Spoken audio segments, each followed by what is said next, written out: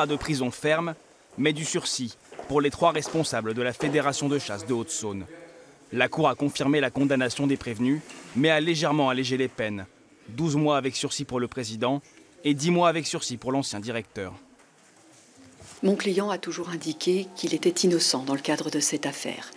Et il est relativement déçu par la décision rendue par la Cour d'appel ce jour de la Cour d'appel de Besançon, parce que, comme il l'a dit, je ne suis qu'un fusible qu'on a voulu faire sauter. Il n'avait rien à se reprocher dans le cadre de cette affaire et pourtant il est reconnu coupable.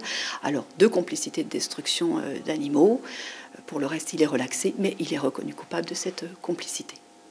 De quoi irriter les associations de protection de l'environnement. Une douzaine s'était portée partie civile. Les prévenus devront leur verser 4 000 € chacun.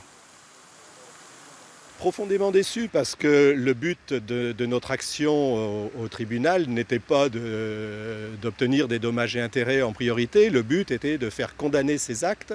On souhaitait aussi que les condamnations dans cette affaire-là servent de leçon à l'avenir pour que ça ne se reproduise pas. Notre intérêt, c'est que ça ne se reproduise plus.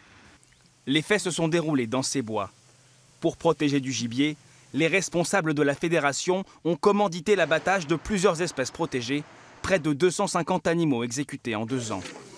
3 étudiants en alternance ont été chargés d'abattre les animaux et condamnés en première instance à 6 et 12 mois de prison avec sursis. La peine de l'un d'entre eux a été réduite à 2 mois de sursis. S'ils souhaitent contester la décision, les prévenus ont 5 jours pour se pourvoir en cassation.